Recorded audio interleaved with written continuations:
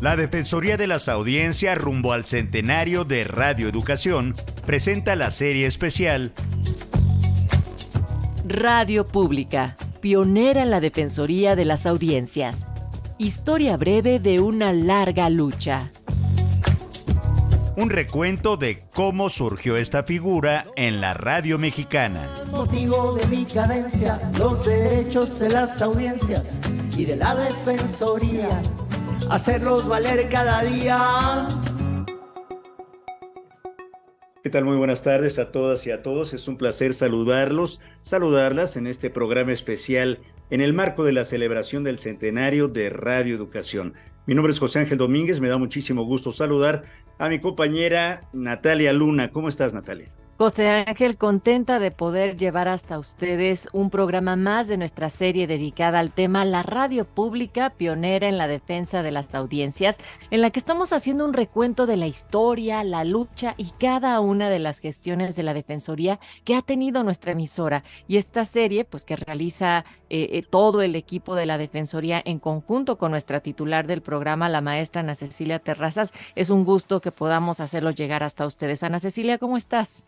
Bien, Natalia querida, y saludo de paso a todas nuestras audiencias con mucho gusto de efectivamente llevarles esta serie especial que recupera la historia de la Defensoría de las Audiencias en Radio Educación y en la Radio Pública Mexicana. La historia tan importante que es para mejorarnos, para no repetirla, en fin, la historia y la historia cercana. Quiero comentarles que aunque esta serie ha sido grabada con anterioridad, nuestra defensora sigue atendiendo todos sus puntos de vista, sus comentarios, sus críticas al correo electrónico audienciasre@cultura.gov.mx. En Twitter nos puede encontrar como @audienciasre. En Facebook estamos como Defensoría de las Audiencias RE, por supuesto, por Radio Educación, y puede dejar un mensaje al siguiente número de WhatsApp 55 12 33 29 15. Y nuestra invitada en esta tarde es la doctora Graciela Martínez Matías. Ella es doctora en Ciencias Políticas y Sociales por la Universidad Nacional Autónoma de México, profesora investigadora de la Universidad Autónoma de la Ciudad de México, catedrática en el doctorado, en el posgrado de la Facultad de Ciencias Políticas y Sociales de la UNAM, y con un extenso currículum, mi querida Natalia.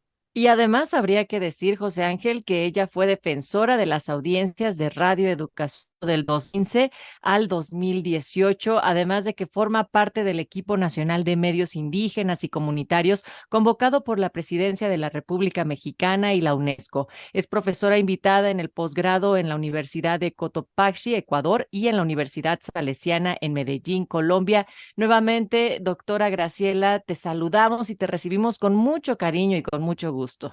Pues gracias a ustedes por la invitación. La verdad que yo estoy feliz de verlos, de estar con ustedes y sobre todo, pues con las audiencias de Radio Educación, que siempre hacen falta, ¿verdad? Que son tan apapachadoras, ¿no? Que nos escuchan y que dialogan, que eso es tan importante y que es parte del papel de las defensorías de audiencias, el diálogo que a veces se nos olvida y que es tan importante. Pues la verdad que para mí es un gusto estar nuevamente con ustedes y pues gracias por la invitación, Ana, y José Ángel, Nati y al equipo de producción, por supuesto. Y es que no podíamos, Graciela, estimada, no podíamos hacer una recuperación histórica de la Defensoría de las Audiencias sin tu voz y tu participación y tu conocimiento. Así que más bien nosotros te damos las gracias. Y me voy directo a preguntarte, Graciela, doctora Martínez Matías, ¿cómo fue la historia de tu llegada a Radio Educación como defensora de las audiencias? ¿Quién te invitó? Y si fue por selección o no, si se abrió una convocatoria. Entiendo que eras parte de un equipo defensor de varias personas. ¿Cuánto tiempo duró? Esto fue en 2015. Precisamente en 2015, yo recuerdo cuando nos hizo la invitación directamente el entonces director Antonio Tenorio y la directora de producción Hilda Saray Gómez. Creo que un poco antes ellos habían platicado con académicos, con gente de distintas áreas y preguntándoles y nos hicieron como una encuesta, sino nos mandaron distintas preguntas para que nosotros les dijéramos qué opinábamos respecto a las audiencias, al papel del defensor, a la vinculación que debería ser. Y entonces uno participó, escribimos textos y posteriormente nos invitaron a 5 personas. 5 personas que eran Martel, Mariana López, Gerardo Albarrán y Tania Ramírez, si no mal recuerdo. Entonces, nosotros comenzamos, y una servidora, por supuesto, y entonces nos comenzaron a asignar como tareas de acuerdo a nuestro perfil profesional y hacia dónde vamos. Por ejemplo, Mariana comenzó a trabajar toda la parte de género, está Tania toda la parte de derechos humanos, Gerardo Albarrán la parte de periodismo, Lenin la parte de pues pedagogías y alfabetización mediática con audiencias adolescentes, niños y jóvenes, y yo todo el trabajo sobre medios y audiencias comunitarias, indígenas, y el trabajo de la interculturalidad, porque partíamos que parte del trabajo que debe de hacer un defensor de las audiencias es establecer vínculos y diálogos interculturales precisamente con las audiencias en razón de que son eso, audiencias en plural. Entonces, así es como nace precisamente esta defensoría, que cuando se da a conocer, he de decir, generó como bastante controversia, porque era un proyecto innovador en relación a lo que en otras áreas se estaba haciendo, en otras radios, porque se está habituado a que es una sola persona. Me parece que es un trabajo de experimento maravilloso y que creo, y yo haría el llamado, que se tiene que repetir, porque es un trabajo colegiado y sobre todo dar cuenta que una persona no puede tener todas las especialidades. En cambio, sí, un grupo de personas puede dialogar, reflexionar y frente a las audiencias, ¿qué es lo que tú puedes aportar? Y entonces creo que nuestro trabajo en esta parte fue innovador, porque Mariana López, ¿qué es lo que hizo? Hizo un trabajo de taller, de capacitación, lo mismo Lenin, lo mismo una servidora, con las distintas áreas. Y en el caso de Mariana, por ejemplo, nos dimos a la tarea de invitar a las audiencias. Yo siempre comento esto, Ana. Ella invitó a gente de la llamada tercera edad, de 60 años y más. Y entonces ahí nos dimos cuenta de la importancia que era escuchar a las audiencias y saber que muchas veces cuando estamos de este lado del aparato receptor, en la producción, en la conducción, uno genera una serie de estereotipos. Y yo recuerdo mucho que eran señoras de 60 años y dice, es que los medios de comunicación, la mayor parte comerciales, dice, nos ponen casi siempre en una mecedora y tejiendo, cuando nosotras, dice, pertenecemos a una generación que escuchábamos rock, que nos aventábamos un churro y todavía nos aventamos, y ustedes nos ponen a tejer. Entonces, ¿qué ocurre con los medios de comunicación? Que generan estereotipos, que generan ciertos contenidos que no están de acuerdo a las necesidades de las audiencias. Y también se llevó al sindicato, la líder del sindicato de trabajadoras del hogar. Y es también otra vez esta cuestión de escuchar a las audiencias y saber las necesidades. Termino con esto. Yo recuerdo que en ese trayecto de la Defensoría de las Audiencias me tocó ir a dar un curso a Tlahuitoltepec, Oaxaca. Y en el camino de Oaxaca capital hacia Tlahui, uno tiene que recorrer casi 3 horas. Y estábamos en el auto y estábamos escuchando Pulso de Radio Educación. Y me llamó mucho la atención porque quienes íbamos en el auto, también gente de la comunidad, comenzaron a platicar del noticiario. Regresé yo y le dije al director, Antonio, me parece que cuando uno habla de las audiencias, creo que a veces estando en Ciudad de México, en la Colonia del Valle, pues piensas en estas audiencias citadinas. Le digo, ¿qué pasa con las audiencias precisamente indígenas que están hasta Tlahui, que están en Hidalgo, que están en otros lares? Y creo que eso me hizo reflexionar. ¿Cuál es el papel de la Defensoría de las Audiencias? ¿Hacia dónde debe de ir? ¿Cómo debe de transitar? Me parece que fueron 4 años de trabajo que implicaron un trabajo de reflexión, de pensamiento y sobre todo de trabajo y diálogo intercultural de lo que debe de ser una Defensoría de las Audiencias. Eso fue solo el comienzo, porque me parece que lo que se tiene que hacer aún está en proceso. me parece que todavía, creo yo, estamos en deuda. Estamos en deuda porque la Defensoría de las Audiencias es una figura que todavía no se desarrolla como debe de ser.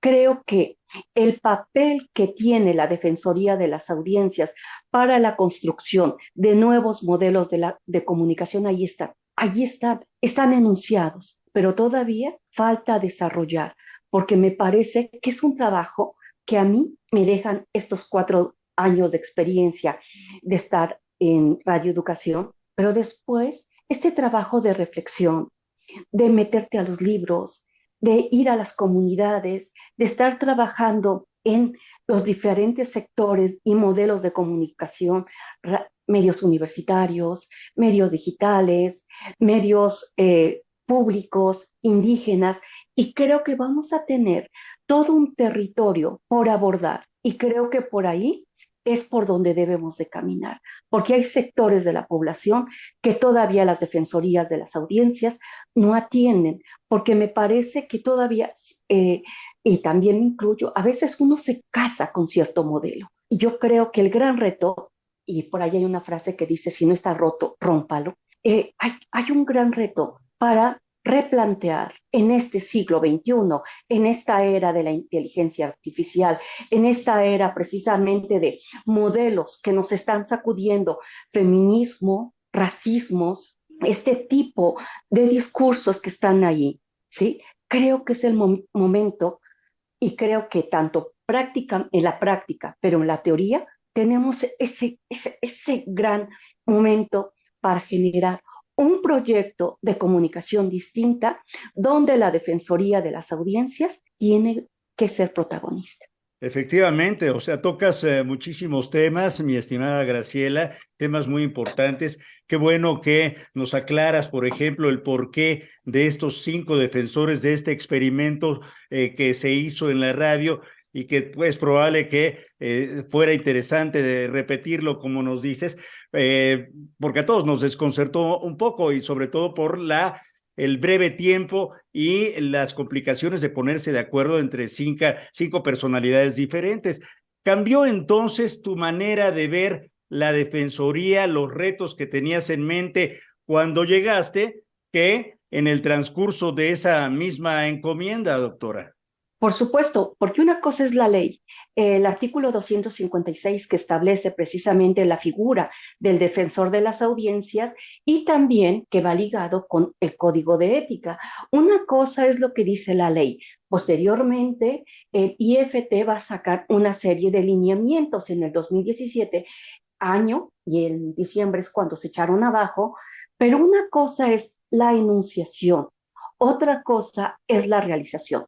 Por ejemplo, yo me di cuenta con la práctica, la experiencia y esos 4 años que pocas veces las audiencias saben el papel de cada uno de los trabajadores del área de radio y sobre todo del servicio público audiovisual.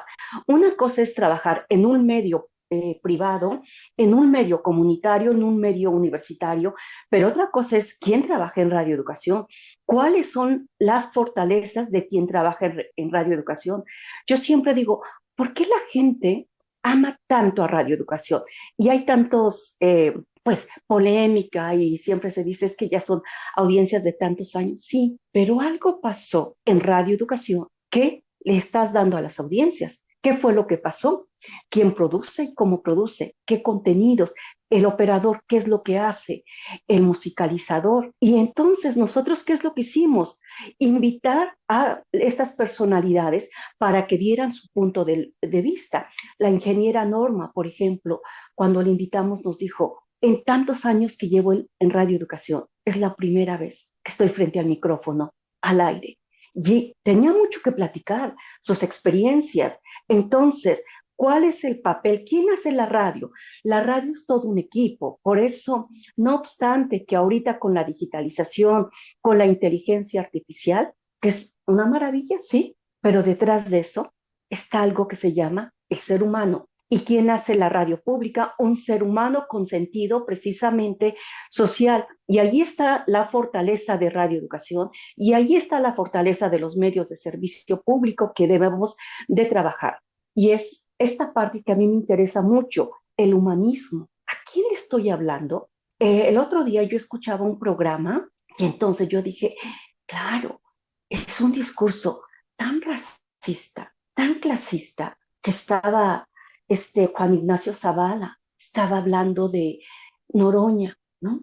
Y entonces era un discurso peyorativo. Y yo dije, si yo fuera defensora de las audiencias de Heraldo Radio, ¿qué haría? ¿Por qué pasan estos discursos? Y Radio Educación no tiene ese discurso. O sea, ¿por qué? Porque hay algo que se llama esta conciencia social de construir narrativas distintas. Y eso me hizo reflexionar cuál es la diferenciación de determinados comunicadores frente a las audiencias. Esto es fundamental. A mí me parece que en este transitar, ahora cuando uno dice las audiencias, claro, a las audiencias nos deben, porque todos somos audiencias, debemos de tener respeto, debemos de tener precisamente la construcción de programas de calidad y siempre, antes de emitir algo, reflexionar qué estoy diciendo y para qué lo estoy diciendo. Dentro de los estudios de Francia se hace un trabajo muy interesante sobre cuando la gente retoma la información de los medios, ¿qué hace con esa información? O sea, hay una responsabilidad bien grande y de todo eso, pues por supuesto, uno aprende en las defensorías. ¿Qué pasa precisamente con el tipo de discurso, con el lenguaje? ¿Qué tipo de narrativas yo estoy construyendo? ¿Qué tipo de música? ¿En qué momento voy a poner esa música? Todo eso es un constructo audiovisual, en este caso sonoro, que va a tener una repercusión en quien escucha. Entonces, me parece que sí, sí, José Ángel, a mí lo que me dio la Defensoría de las Audiencias es aprender a reflexionar quién me está escuchando y aprender que cada palabra que yo digo, cada sonido que se emite, cada música y la composición y montaje tiene que tener una estructura y una narrativa. Y pensando que lo que yo construyo, ¿qué le va a decir y qué le va a aportar a quien me está escuchando?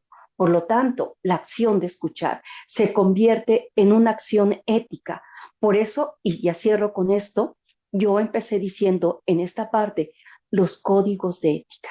La parte de los códigos de ética me parece que son fundamentales. Y en esta parte, otra de las cosas que yo he aprendido en desde 2018 que dejamos la Defensoría, en estos tiempos y que me ha tocado trabajar con los códigos de ética de distintos medios de comunicación, que los valores van a ser distintos y que eso es muy importante. Y aprender cuáles son los valores, en este caso, de radioeducación, y que en el momento de producir, de conducir, de musicalizar, de hacer el montaje, cuáles elementos son, cuáles son los valores que van a permear precisamente para la construcción de esto. ¿Para qué? Para que el mensaje que le esté llegando a las audiencias esté contribuyendo a qué? A el bienestar común. Porque me parece que la razón de ser de todos y una defensoría, ¿qué es? Construir una sociedad democrática, construir audiencias participativas, pero ante todo, construir una sociedad que esté pensando siempre no en el otro, sino en el nosotros. Creo que es el momento que esas defensorías de las audiencias estén pensando en el nosotros. Basta de la polarización, basta de siempre el otro. No, me parece que el otro somos nosotros. Y creo que es el gran reto de las defensorías, de ser el puente precisamente para generar este tipo de comunicación, señalo yo, una interculturalidad crítica que me parece que es fundamental para construir lo que dice François Otar, el bienestar común de la sociedad.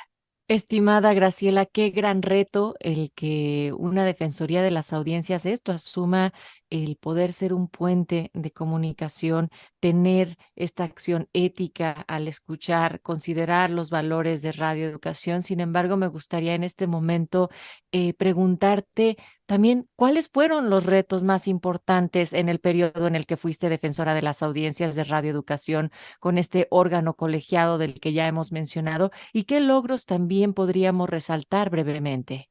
Yo creo que tuvimos, ya lo decía José Ángel, primero el gran reto de 5 personas ponernos de acuerdo, ¿no? Porque cada una piensa distinto y conocernos. Me parece que fue el primer reto. Después, que eh, la gente maravillosa, y siempre lo voy a decir de Radio Educación, eh, que también creyera en el proyecto. Y creo que si resultó, fue por el gran apoyo, primero de ustedes, del equipo de producción, obviamente de los directivos, pero también de productores, de operadores, de ingenieros, de guionistas, que dijeron, nosotros los apoyamos y creemos en el equipo. Tan es así que se dio como pues la verdad, un grupo precioso que al final nosotros dijimos, pues es que tenemos que despedirnos mínimo con un pastel para darle las gracias, porque se dio esa armonía y eso se agradece muchísimo. Esos retos se fueron soslayando. Después, la parte del trabajo con las audiencias. ¿Hacia dónde iba este grupo en el que Antonio Tenorio, Hilda, Saray creyeron?